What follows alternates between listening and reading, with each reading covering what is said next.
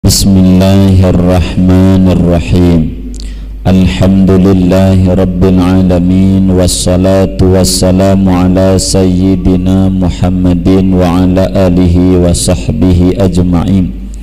Wa ba'du, faqad qala al-imamul muallifu rahimahullahu ta'ala wa nafa'ana bihi wa bi barakati ulumihi wa ghafara lahu wa lima syaikhihi wa lima syaikhina, amin. Wa alaika an tatafakkara fil akhlaqi wal a'mali allati wasafallahu biha awliya'ahu wa a'da'ahu wa fima a'adda lil fariqaini minal khairil ajili wal ajili. Lazimkan olehmu bahwa kamu bertafakkur tentang akhlak-akhlak dan amaliyah-amaliyah yang telah Allah sifatkan dengannya akan para kekasih-kekasihnya dan musuh-musuhnya. Wa fima a'adda, dan pada sesuatu yang Allah telah sediakan lil fariqaini, untuk dua kelompok itu, minal khairil ajili wal ajil, daripada kebaikan yang segera, wal ajil maupun yang nanti. Qala Allah Ta'ala, berfirman Allah Ta'ala, innal abrara lafi na'im wa innal fujjara lafi jahim. Sesungguhnya orang-orang yang berbuat kebaikan yang banyak itu sungguh akan berada di dalam surga yang penuh kenikmatan. Wa innal fujjara lafi jahim, dan sesungguhnya orang-orang yang durhaka sungguh akan dibenamkan di dalam neraka jahim. Wa qala ta'ala, berfirman Allah Ta'ala, afaman kana mu'minan kaman kana fasiqa la yastawun. Maka apakah ada orang yang beriman murni, mukmin sejati, seperti orang yang fasik, yang berbuat maksiat? Kedudukannya la yastawun, tidak sama mereka itu. Wa qala ta'ala, berfirman Allah Ta'ala, fa amma man a'ta wattaqa saddaqa bil husna fasanuyassiruhu lil yusra.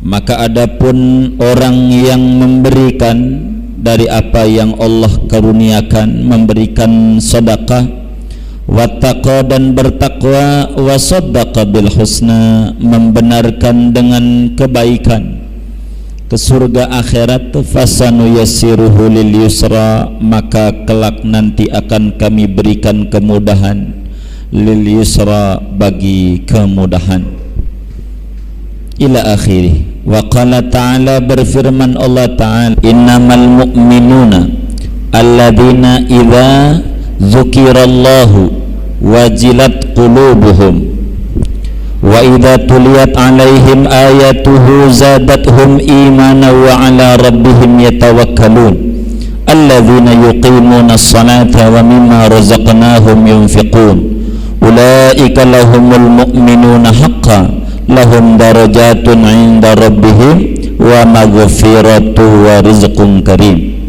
Artinya, sesungguhnya orang-orang mukmin yang sesungguhnya, yakni al-nya lil kamal, sesungguhnya orang mukmin yang sempurna adalah orang-orang yang apabila disebutkan nama Allah, wajilat qulubuhum, maka gemetar, takut hati mereka. Wa idza tuliyat alaihim ayatuhu, apabila dibacakan kepada mereka ayat-ayat Allah, zadathum imanan, maka bertambah-tambah mereka keimanannya. Wa ala rabbihim yatawakkalun, dan atas Tuhan mereka itu bertawakal. Alladzina yuqimuna as-salata wa mimma razaqnahum yunfiqun, dan yaitu orang-orang yang mendirikan salat, dan dari sebagian apa yang kami karuniakan rizki kepada mereka, mereka itu selalu berinfak. ulaika lahumul mu'minuna haqqan, mereka adalah orang-orang mukmin yang sesungguhnya. Lahum darajatun 'inda rabbihim, bagi mereka ada darajat-darajat yang tinggi di sisi Tuhan mereka. Wa maghfiratun, dan ampunan. Wa rizqun karim, dan rizki yang mulia.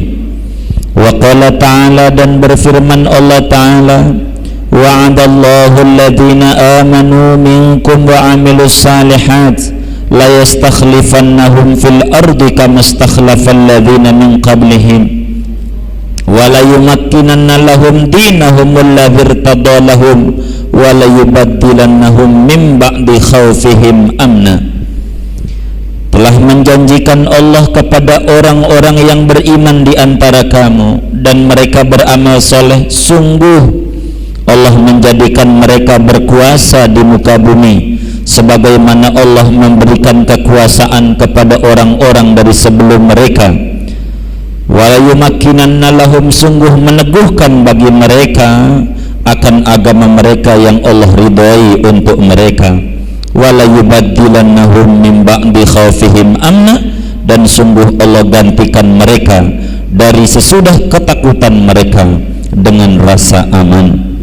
Wa qala ta'ala, berfirman Allah Ta'ala, fakullan akhadna bidhanbihi faminhum man arsalna alaihi hasiba wa minhum man akhadhathu as-sayhah wa minhum man khasafna bihil ard wa minhum man aghraqna wa ma kana Allahu liyazlimahum walakin kanu anfusahum yazlimun.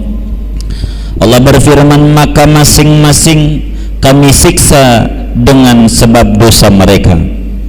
Faminhum, maka di antara mereka, man arsalna alaihi hasiba, ada kaum, ada orang-orang yang kami kirimkan hujan atas mereka batu kerikil yang panas.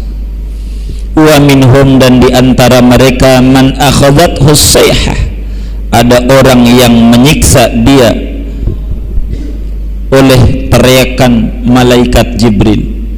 Wa minhum man khasafna bihil arda, di antara mereka ada orang-orang yang kami benamkan, kami longsorkan, kami ambleskan ke bumi. Wa minhum man aghraqna, di antara mereka ada orang yang kami tenggelamkan di lautan.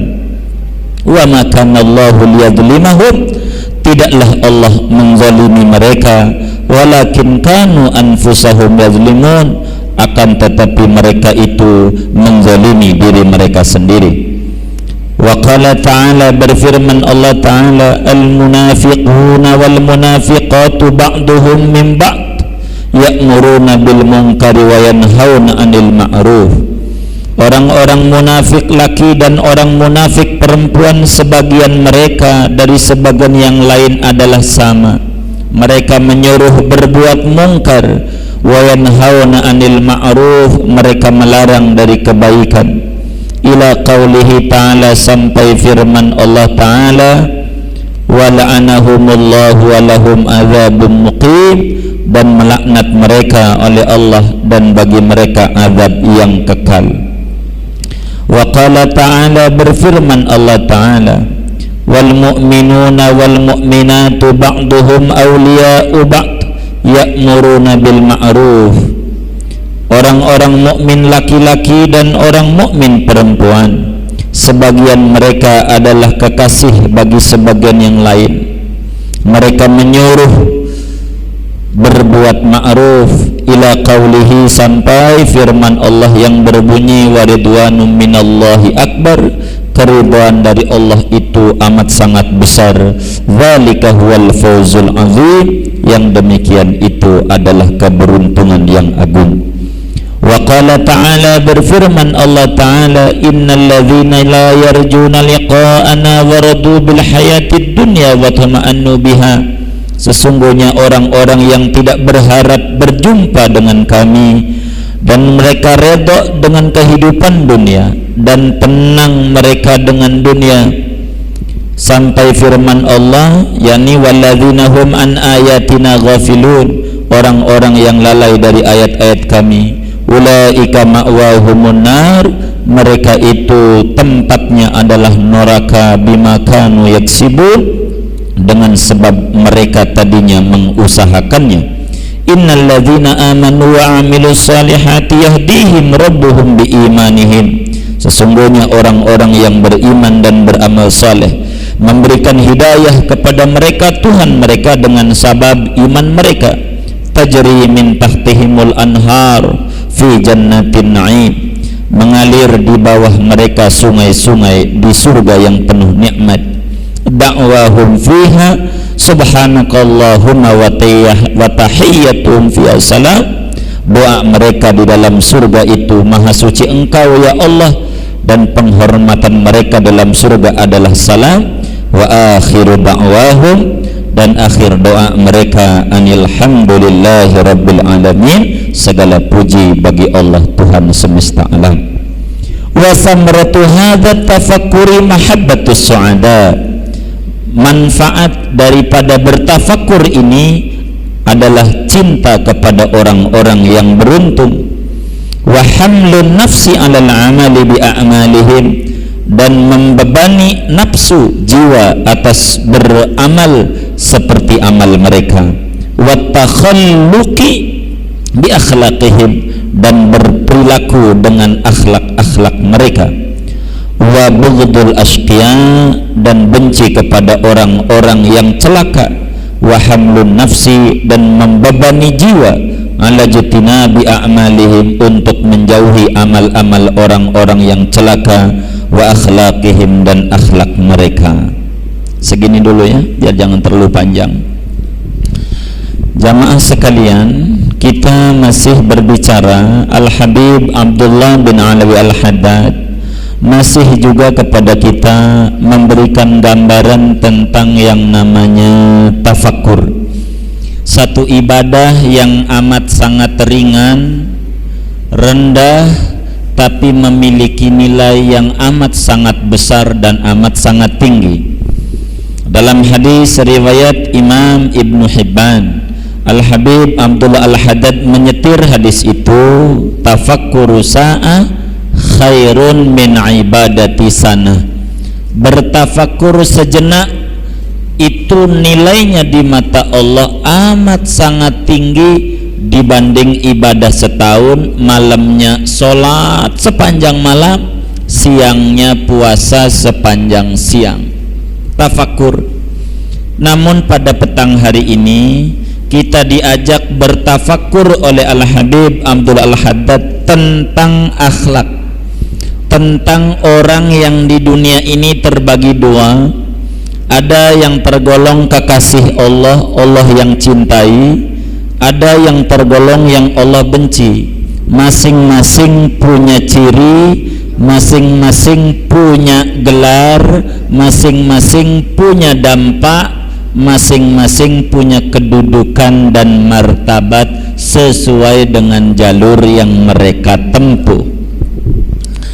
Kita disuruh merenung tentang semodel ayat innal abrara lafi na'im wa innal fujjara lafi jahim, surat Al-Infitar ayat 13-14. Ini menggambarkan kata Allah, orang-orang yang demen berbuat baik kelak masuk surga, orang-orang yang durjana kelak masuk neraka.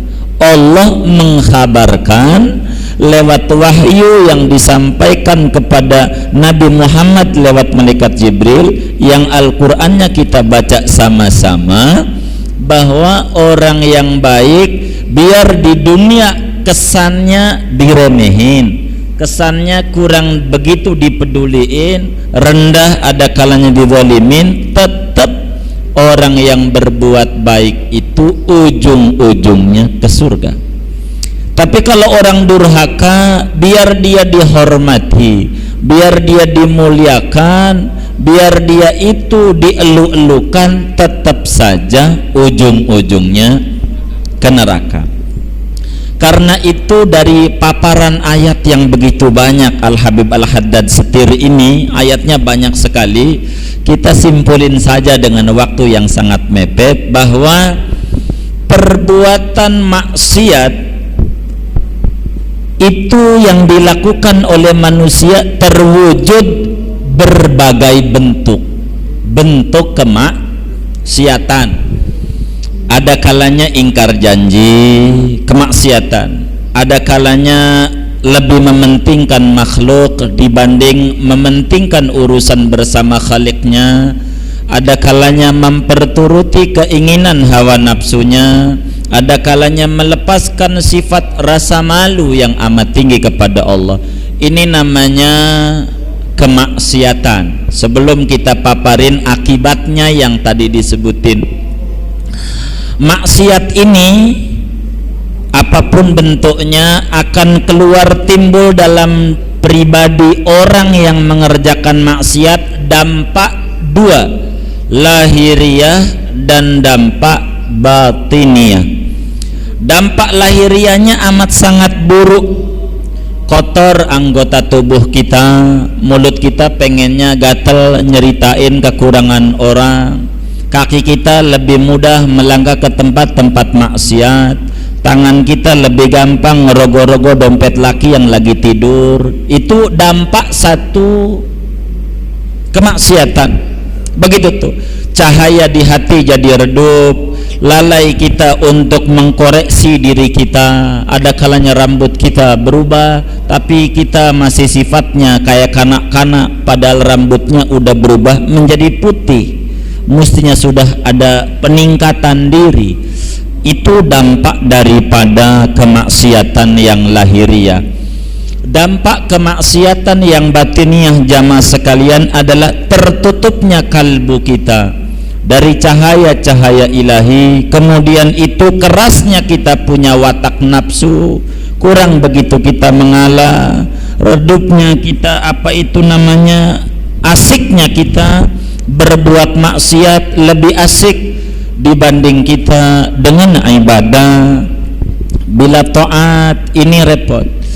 Ini yang disebut dampak batiniah daripada kemaksiatan. Sebetulnya buat kita bersama dalam mentafakuri ini sudah cukup ketika orang yang berbuat baik disebut mukmin. Al-Quran bilang innal abrara lafi na'im wa innal fujjara lafi jahim. Ayat yang lain afaman kana mu'minan kaman kana fasiqa. Kata Allah, tidak sama kedudukan orang mukmin dengan kedudukan orang yang fasik, yang berbuat maksiat. Bila kita berbuat taat maka kita disebut mukminan. Bila kita berbuat maksiat maka disebutnya fasiqon. Ini sudah cukup buat kita meninggalkan maksiat. Label gelar yang Allah berikan, afaman kana mu'minan kaman kana fasiqo, dalam ayat surat Sajadah ayat 18 ini Allah bilang, adakah sama orang yang benar mukmin yang mau sujud sama Allah dengan orang mukmin yang fasik yang tidak ibadah? Dijawab, la yastawun, langit dan bumi tidak sama. Tidak sama, gelarnya saja sudah tidak sama. Orang yang berbuat baik namanya muhsinin. Orang yang berbuat jahat namanya musiin. Ini namanya dampak lahiriah, dampak batiniah berbuat maksiat. Kemudian dari dampak itu akan timbul gejala perubahan di dalam diri dari kemaksiatan yang dilakukan itu. Manisnya berbuat ibadah berubah menjadi manis berbuat kemaksiatan. Mata yang tadinya asik memandang Al-Quran berubah lebih asik memandang sinetron. Televisi yang tadinya tontonan akan berubah, tercipta di dalam diri orang menjadi tuntunan. Al-Quran yang tadinya tuntunan akan berubah menjadi tontonan yang ada di parak-parak rumah seorang muslim, tanpa disentuh, tanpa dipegang, dan tanpa dibaca. Ini perubahan. Nikmat ibadah akan sirna yang ada nikmat syahwat. Begitu kita kurang mengenal majlis ilmu, tapi tempat kuliner lebih banyak kita tahu, rasa makanan lebih banyak kita tahu, tapi rasanya nikmatnya ibadah hilang, dampak-dampak kemaksiatan. Lalu perubahan yang terjadi pada kedudukan kita tergolong orang yang bertakwa berubah menjadi mukmin yang fasik, menjadi orang yang fasik. Ini perubahan yang terjadi. Jadi bila dosa dan maksiat begitu terbuka di depan kita, kita lebih asik kita berbuat maksiat, kita lebih demen mengikuti orang-orang yang askia, orang-orang yang celaka, maka tidak ada lagi upaya kita untuk kemudian malam duduk di sejadah, tangisi diri, minta sama Allah, Allahumma qulna min dhullil ma'siyah ila izzat ta'ah. Tuhan, pindahkan kami dari lembah kemaksiatan yang hina menuju puncak ketaatan yang tinggi. Dari asqiya kita berubah menjadi suada. Dari orang-orang yang celaka kita akan berubah menjadi orang-orang yang bahagia. Al-Habib Al-Haddad sebutin lagi, innamal mu'minuna alladzina idza dzukirallahu wajilat qulubuhum. Orang mukmin kalau disebutin nama Allah hatinya gemetar. Ibarat orang pacaran ketika disebutin kesamaan nama, ceweknya namanya Dina, kiai nyebut nama Dina, ser di hati karena ada sir min asrarihi. Ini yang harus ada di dalam jiwa muslim, harus begitu. Dan ini disebutin banyak, betapa orang-orang yang berbuat baik pasti bakal kembali kepada kebaikan. Hal jazaul ihsan illal ihsan. Tapi kalau kita berbuat jahat, wa may ya'mal su'an yujzabih, sesuai dengan kejahatan. Kalau kita baca perjalanan hidup para wali, orang-orang yang dekat dengan Allah, akan timbul di diri pengen berperilaku seperti perilaku mereka. Ketika anak kita yang kecil saja menonton Smackdown atau apa saja kekerasan, akan timbul dalam diri sifat kekerasan itu. Kalau nonton yang baik-baik, akan timbul yang baik. Kelemahan muslim di rumahnya kurang ada yang namanya komik-komik Rasulullah, komik-komik sahabat, komik-komik Abu Bakar, Umar, Utsman, Ali, sehingga mereka tidak mengenal siapa orang-orang yang baik yang mesti kita teladani. Lebih banyak di rumah kita adalah macam-macam Superman, Batman, Krishna, macam-macam. Akhlak-akhlak Islam itu mulai pelan-pelan pudar. Al-Quran sudah kelompokkan orang-orang mukmin yang benar, yang berbuat baik, selalu menyuruh kebaikan. Nah, itu kembalinya kepada naim, surga, bakal masuk surga. Bukan saja bahagia di dunia. Kenapa sih Islam selalu menawarkan kepada umatnya surga? Surga memang karena puncak yang tertinggi, punya cita-cita jangan terlalu rendah, bukan saja meraih kebahagiaan dunia, tapi sampai kebahagiaan itu di akhirat. Ini Al-Habib Al-Haddad menceritakan dua, sampai disebutkan di sini fakullan akhadna bidzambi, tiap-tiap orang, kata Al-Quran, itu disiksa sesuai dengan kapasitas dan besarnya dia punya kesalahan dan dosa kepada Allah. Ada kaum yang dikirimkan hujan kerikil kayak kaum Nabi Hud, kaum Ad namanya, dihujanin kerikil yang panas, mati. Orang yang durhaka sama para rasul kayak begitu. Kemudian itu ada orang yang diteriaki oleh malaikat Jibril. Malaikat Jibril kalau udah teriak mati semuanya. Bumi terangkat ke langit, udah keangkat, dibalik amblesin lagi. Itu kaum Samud, kaumnya Nabi Saleh. Kaum Nabi Saleh itu begitu. Itu akibat mendustakan para nabi. Begitu juga ada semodel orang yang dibenamkan di bumi kayak kaumnya Nabi Musa, Qarun. ada yang ditenggelamkan di laut semodel Fir'aun, itu disembah dan dieluk-elukan tapi hancur. Begitu kalau sampai tidak mengikuti jalan-jalan Allah Subhanahu wa taala. Muslim tidak boleh goyang hidupnya, harus wasatan, harus di tengah-tengah, la syarqiyah wala gharbiyah, yakadu zaituha yudhi'u walau lam tamsas hunar. La syarqiyah, tidak ekstremis, tidak semodel teroris, tidak, itu di luar kita punya ajaran. La gharbiyah, tidak juga kebarat-baratan liberal, begitu tuh ajarannya, begitu sekuler, tidak. Muslim tetap saja mengikuti manhaj para aulia Allah, manhaj para ulama, manhaj salafus saleh. Ini yang disuruh oleh Habib Al-Haddad. Kita harus renungi mengapa Abu Bakar itu tinggi, mengapa ini tinggi. Kita harus pelajari sejarah hidupnya biar kita bisa menjadi tinggi. Kalau kita renungi anjingnya Ashabul Kahfi, anjingnya bila itu mengikuti orang benar, Ashabul Kahfi ada 7 orang, tuh anjing ikut ama orang benar, tuh masuk surga tuh anjing. Anjingnya, salah satu anjing yang masuk surga anjing Ashabul Kahfi. Mengapa? Dia mengikuti auliaullah, dia mengikuti orang-orang yang cinta sama Allah. Anjing ikut dakwah. Anjing Ashabul Kahfi dimasukkan ke surga lantaran mengambil warisan Islam, yaitu dakwah, bisa masuk surga.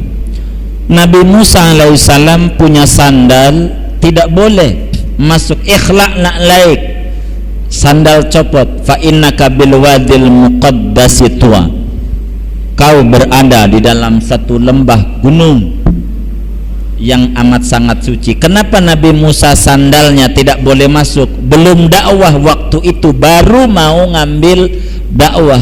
Tapi Nabi Muhammad pada waktu Mi'raj sampai sandalnya nggak dicopot lantaran sudah dakwah. Apapun yang ikut pada dakwatul Islamiyah, mengikut tarekat aulia Allah, maka itu akan terangkut semuanya. Jadi dampak dosa dan dampak kebaikan akan mewarnai karakter hidup seseorang. Kalau orang itu berbuat dosa, dampaknya pada lahiriahnya kayak tadi, dampaknya batiniahnya kayak tadi, dan gelarannya juga fasik. Dan ujungnya wa innal fujara lafi jahim. Karenanya diukurnya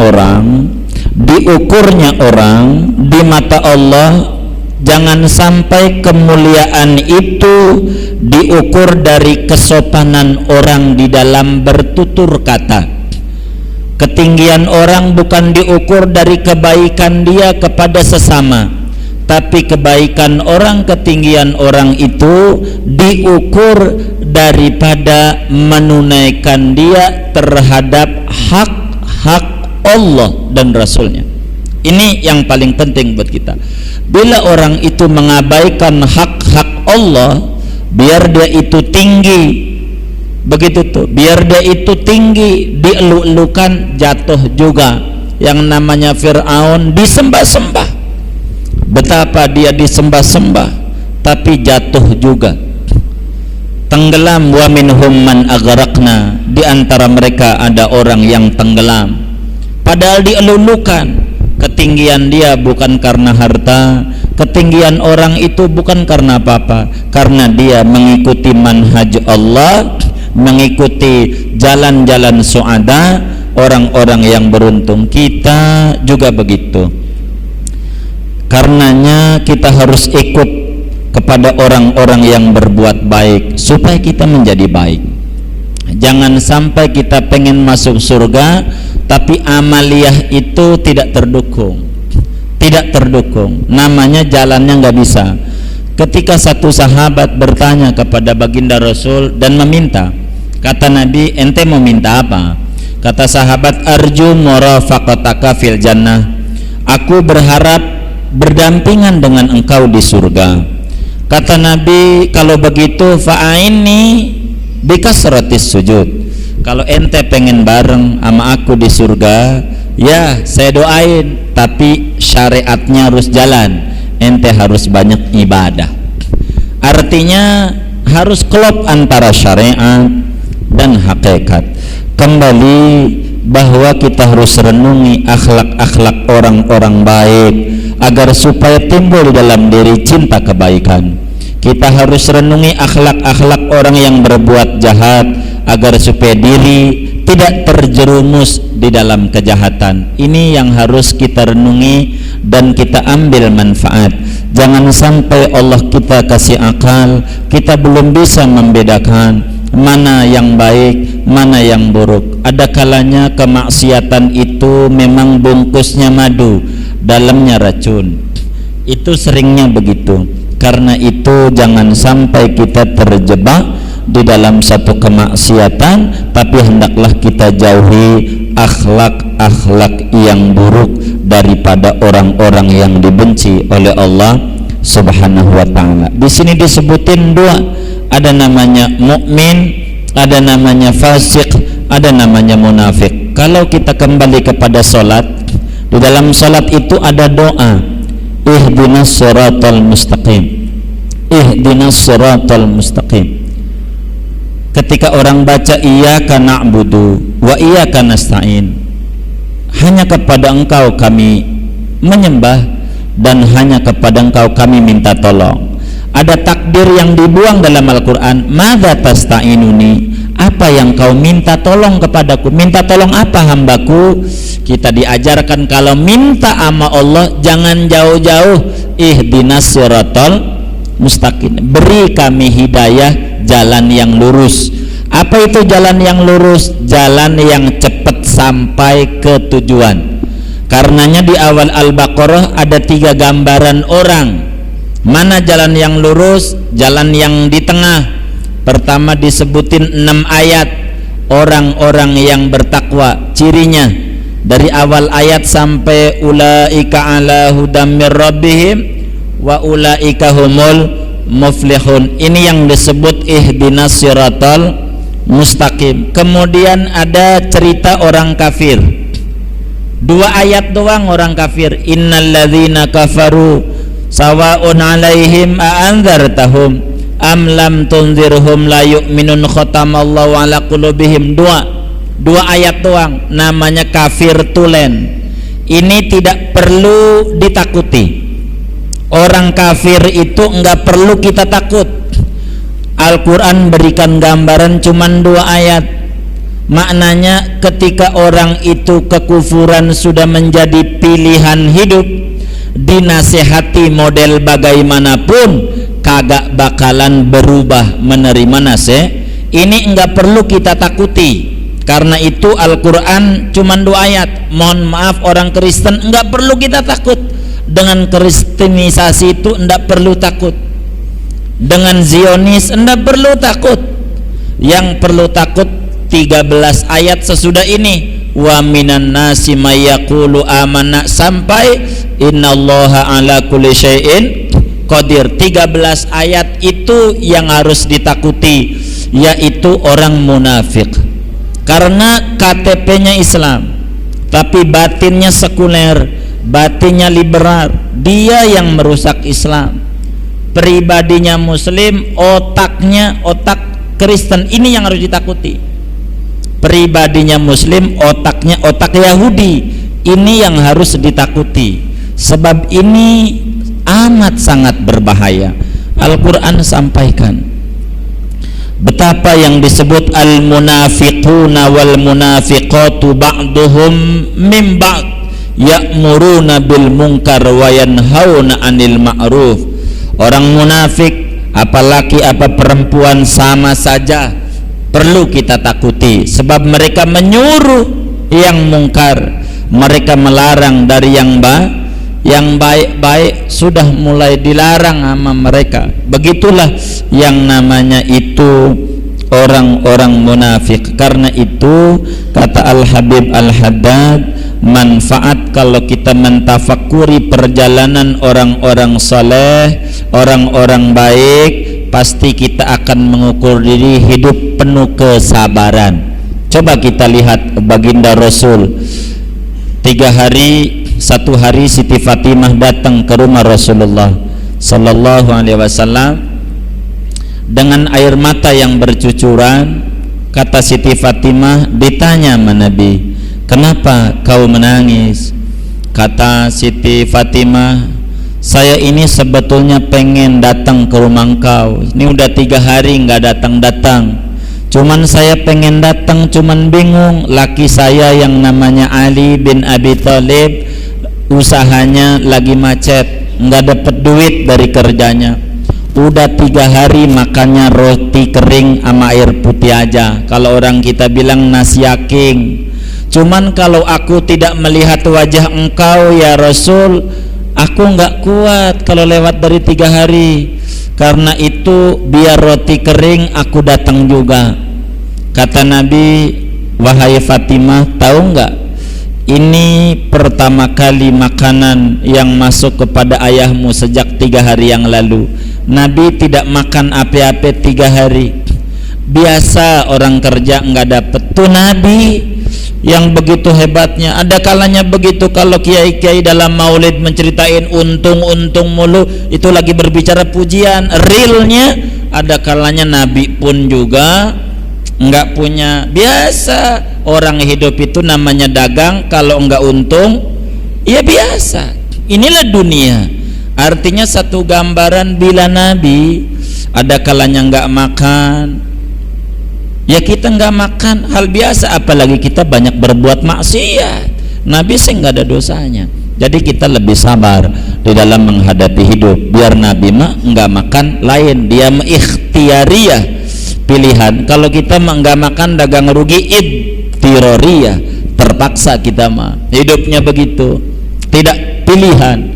Karena itu kembali kita harus pelajari hidupnya orang-orang baik dan dampak positifnya dari nilai kebaikan, sehingga kita jiwanya tertarik untuk mengikuti dan meneladani kebaikan itu. Begitu juga kita harus baca-baca orang-orang yang jahat, agar supaya kita bisa menghindari kejahatan yang timbul dari diri kita, jangan supaya kita ikut kepadanya. Ini yang paling penting daripada kita bertafakur tentang ini. Kembali, maksiat memiliki dampak yang banyak. Yang paling parah, maksiat itu boleh jadi dagangan kita terus untung, badan kita terus sehat, tapi kalbu kita mati, kurang nikmat dibawa ibadah kepada Allah. Itu pun adalah dampak buruk dari satu kemaksiatan yang dilakukan oleh kita. Karena itu kita harus baca-baca perjalanan orang-orang soleh supaya kita bisa mengikutinya. Pun juga kita baca perjalanan orang-orang yang tidak saleh, yang jahat, agar supaya kita bisa menghindari, jangan sampai kita berbuat seperti itu dan dampaknya kayak begitu. Korun hartanya banyak berlimpah karena dia tidak beriman dan bertakwa, ujung-ujungnya mendem juga ke bumi. Apalagi kita yang hartanya sedikit, tidak mau ibadah, apa yang mau diharapkan dari kita? Karena itu kata Al-Habib Al-Haddad, wa samratu hadat tafakkur, manfaat mentafakuri perbuatan orang-orang yang dicintai sama Allah, mahabbatus su'ada, kita cinta kepada orang-orang soleh. Imam Syafi'i katakan, uhibbus salihina walastu minhum la'alli an anala bihim syafa'ah wa akrahu man bida'atuhul ma'asi wa in kunna sawa'an fil bid'ah. Ku cinta orang-orang baik, orang-orang soleh, meskipun aku tidak baik seperti mereka. Ya, mudah-mudahan dengan cinta itu kita mendapatkan syafaat dari mereka. Kita baca-baca perjalanan orang-orang baik, penuhi hiasan perpustakaan kita dengan sejarah-sejarah para sahabat, sejarah-sejarah para tabi'in, betapa Imam Ahmad, Imam Syafi'i dan lain sebagainya, supaya timbul di dalam diri keinginan untuk menjadi pribadi-pribadi yang mulia, pribadi yang baik, pribadi yang takwa kepada Allah Subhanahu wa taala. Saya kira segini aja dulu dah dari materi kita. Intinya kalau kita harus bertafakur kepada Allah dengan berbagai media, banyak alat untuk tafakur, apakah dengan ayat-ayat kauniyah, apakah dengan ayat-ayat ilmiah, ataukah dengan tarikh-tarikh salihin, tarikh-tarikh askia, agar supaya muslim di dunia selalu mengambil kebaikan dimanapun dia berada. Mudah-mudahan Allah angkat kita punya jiwa untuk makin dekat kepada Allah Subhanahu wa taala, cinta kepada Allah, cinta kepada orang-orang yang cinta kepada Allah, cinta kepada amaliyah-amaliyah yang dapat menghantarkan kita cinta kepada Allah Subhanahu wa taala. Amin ya rabbal alamin. Sekian, ada yang ditanya mungkin dari materi ini atau luar sebelum doa, silakan. Jazakumullah khairan jaza. Jazakumullah khairan. Kepada Bapak yang ingin bertanya dipersilakan.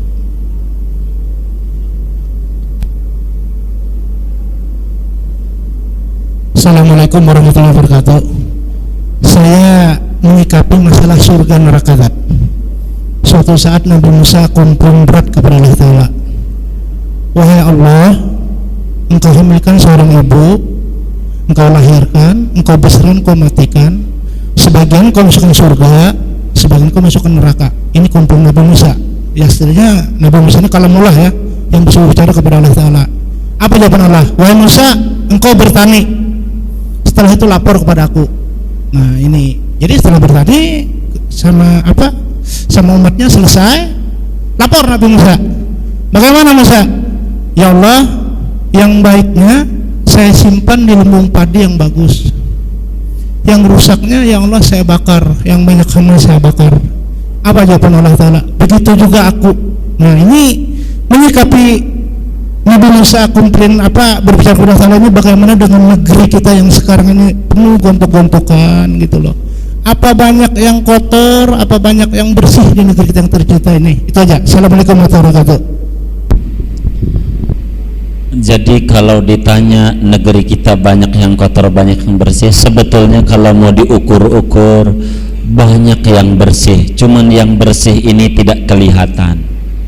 Banyak orang yang tulus kepada negeri, cuman dia tidak dapat kesempatan untuk naik mengurusi negeri. Ada petani-petani yang begitu nyumbang besar kepada pemerintah. Begitu orang-orang di daerah di pinggir-pinggiran itu tidak neko-neko, tapi begitu ya yang di atasnya ini sedikit yang berbuat kotor itu bisa merusak tatanan yang baik. Kalau berbicara pemerintah, sebab pemerintah ini adalah imam. Bila imam ini rusak, repot di makmum. Satu hari di zaman Imam Khalifah Ar-Rasyidin yang kelima, Umar bin Abdul Aziz. Umar bin Abdul Aziz satu hari ada orang jalan-jalan ke pedusunan. Dia bilang, kata orang kampung yang tidak ada televisi, tidak ada koran, dia bilang, ya Allah, alhamdulillah kau angkat pemimpin yang amat sangat adil. Terima kasih ya Allah, terima kasih ya Allah. Kedengeran nama orang kota. Ketika lewat ditanya, apakah Bapak tahu bahwa sekarang ini pemimpinnya adil? Tahu. Apakah Bapak nonton televisi? Enggak. Apakah Bapak baca koran? Enggak. Beritanya dari mana Bapak tahu pemimpin yang sekarang ini adil? Kami ini penggembala kambing. Kambing kami tidak pernah dimakan serigala. Tidak pernah makan. Kalau pemimpin itu adil, serigala tidak akan berani makan kambing, karena dia sudah dapat jatah sendiri. Itu kayak begitu. Jadi sampai orang ini berkata, luar biasa, keadilan seorang pemimpin berdampak positif besar kepada rakyat-rakyat di bawah. Rusaknya seorang pemimpin repot. Kalau pemimpinnya udah hidupnya mengeluh, udah repot, minta naik gaji umpamanya. Nah udah repot, padahal ada caranya Pak.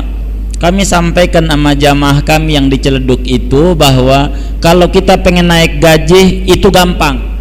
Datang aja sama saya punya tetangga pesantren kami di Kebayoran tuh Kiai Syafi Azam itu ada namanya Bang Kumis, sop kambing Madura. Datang aja sama dia seminggu aja makan kambing datu. Tartimbang pasti gajinya naik pasti. Kalau pengen gaji naik, makan sop kambing Bang Kumis seminggu, jangan berhenti. Nanti timbang datu, pasti gajinya naik.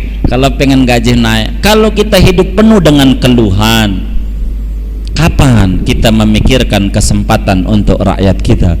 Kita harus bekerja maksimal. Emang begini, yang namanya jadi pimpinan pusing. Ya, itu resiko dan di sana dakwah itu seperti demikian. Jadi sesuatu yang kita penuh dengan bencana, dengan itu ya kita harus timbang bersama, karena ada kalanya kesalahan itu pun juga mohon maaf kolektif.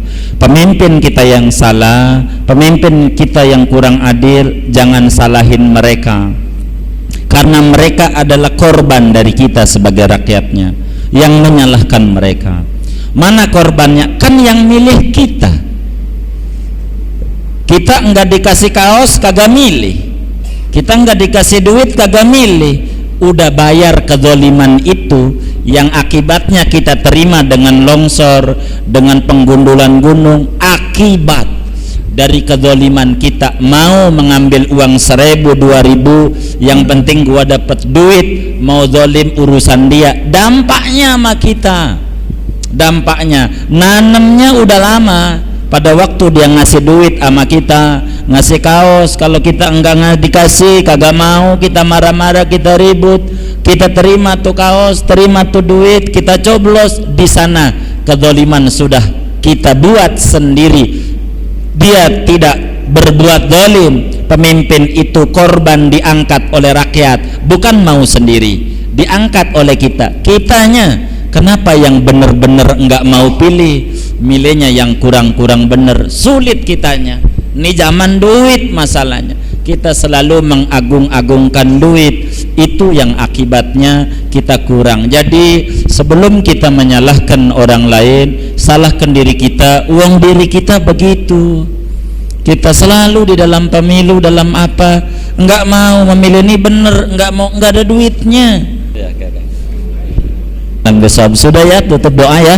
Udah sore, kita baca Fatihah saja. Mudah-mudahan Allah buka kalbu kita untuk makin dekat dengan Allah Subhanahu wa taala. Allah curahkan rahmat kepada kita bersama. Allah ampuni segala dosa-dosa kita. Allah lapangkan kesulitan kita. Allah mudahkan urusan-urusan kita. Allah kabulkan hajat-hajat kita. Mudah-mudahan Allah jadikan anak-anak kita anak yang saleh dan salehah, bakti kepada Allah dan Rasulnya, taat dan hormat kepada kita orang tua. Allah berikan kita rezeki yang luas, yang halal buat bakal ibadah kepada Allah, umur yang panjang dalam taat kepadanya. Akhir hayat kita ditutup dengan keadaan husnul khatimah. Bisirril Fatihah.